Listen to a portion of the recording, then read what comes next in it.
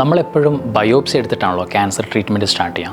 ഈ ബയോപ്സി പറഞ്ഞാൽ എന്താണെന്ന് നമ്മൾ ക്യാൻസറിൻ്റെ ടെസ്റ്റുകളൊക്കെ ചെയ്യുമ്പോൾ ക്യാൻസർ ആണോ അല്ലേ അതിനുള്ള സാധ്യതകളൊക്കെ അറിയാം. അപ്പോൾ അത് ക്യാൻസർ ആണ് എന്ന് കൺഫേം ചെയ്യണമെങ്കിൽ അതിലെ സെൽസ് എടുത്തിട്ട് നമ്മൾ പരിശോധിക്കണം. പത്തോളജിക്കൽ ടെസ്റ്റ് നടത്തിയാലേ നമുക്കത് മനസ്സിലാവുള്ളൂ. അതാണ് ഈ ബയോപ്സി. നമ്മളിത് അറിയാൻ വേണ്ടി നമുക്ക് FNAC ഉണ്ട്, ഫൈൻ നീഡിൽ ആസ്പിറേഷൻ സൈറ്റോളജി. ചെറിയ നീഡിൽ ഉപയോഗിച്ചിട്ട് കുറച്ച് സെൽസ് മാത്രം എടുത്ത് പരിശോധിക്കുന്നതാണ്. അതിൽ നമുക്കത് ക്യാൻസർ ആണോ അല്ലേ എന്നൊക്കെ കുറേയൊക്കെ പറയാൻ പറ്റും. അതിൻ്റെ കുറച്ചും കൂടി വലിയ നീഡിൽ എടുത്തിട്ട് നമ്മൾ പരിശോധിക്കുമ്പോഴാണ് അത് ബയോപ്സി ആവുന്നത്. കുറച്ചും കൂടി സെൽസ്, ഒരു ടിഷ്യൂ നമ്മൾക്ക് കിട്ടും. അതായത് കോർ നീഡിൽ ബയോപ്സി, ഒരു വലിയ നീഡിൽ കൊണ്ട്, അല്ലെങ്കിൽ അങ്ങനെ പറ്റുന്നില്ലെങ്കിൽ ചെറിയൊരു സർജറി വഴി ഇൻസിഷൻ ബയോപ്സി, അല്ലെങ്കിൽ ആ ചെറിയ മുഴയാണെങ്കിൽ മുഴ മുഴുവൻ എടുത്തിട്ടുള്ള എക്സിഷൻ ബയോപ്സി, അങ്ങനെയൊക്കെ സാധാരണ ചെയ്യാം. അപ്പോൾ ഈ ബയോപ്സി വഴി അത് ക്യാൻസർ ആണോ അല്ലേ എന്നറിയാൻ പറ്റും, അതിൻ്റെ ഗ്രേഡ് അറിയാൻ പറ്റും, അതിൻ്റെ ടൈപ്പ് അറിയാൻ പറ്റും. അതിൽ സാധാരണ നമ്മൾ അതിൽ ചെയ്യുന്ന ടെസ്റ്റുകൾ ഹിസ്റ്റോപത്തോളജി ഇവാലുവേഷൻ ആണ്. അതായത് അതിൻ്റെ മോർഫോളജി, അത് കാണാൻ സെൽസിൽ എന്തെങ്കിലും മാറ്റങ്ങൾ വന്നിട്ടുണ്ടോ, ക്യാൻസർ ആകുമ്പോൾ പല ചേഞ്ചസ് വരും. ആ ചേഞ്ചസ് വഴി അത് ക്യാൻസർ ആണോ അല്ലേ എന്ന് ഐഡന്റിഫൈ ചെയ്യും. അത് കൂടാണ്ട് അതിൻ്റെ ഉള്ളിലും പുറത്തൊക്കെയുള്ള കുറേ മെറ്റീരിയൽസിൽ കുറേ ചേഞ്ചസ് വന്നിട്ടുണ്ടാകും. അത് ഇമ്മ്യൂണോ ഹിസ്റ്റോ കെമിസ്ട്രി IHC ടെസ്റ്റ് വഴി നമുക്കത് കണ്ടുപിടിക്കാൻ പറ്റും. അതുപോലെ അതിൽ മോളിക്കുലർ ടെസ്റ്റിംഗ് നമുക്ക് ചെയ്യാൻ പറ്റും. അതിൻ്റെ DNA-യിലും RNA-യിലും ഒക്കെ എന്തൊക്കെ ചേഞ്ചസ് ആണ് വന്നത്, അത് ക്യാൻസറിന് സാധ്യത ഉണ്ടോ, ക്യാൻസർ ആണോ തുടങ്ങിയുള്ള ടെസ്റ്റുകളൊക്കെ അതിൽ ചെയ്യാൻ പറ്റും.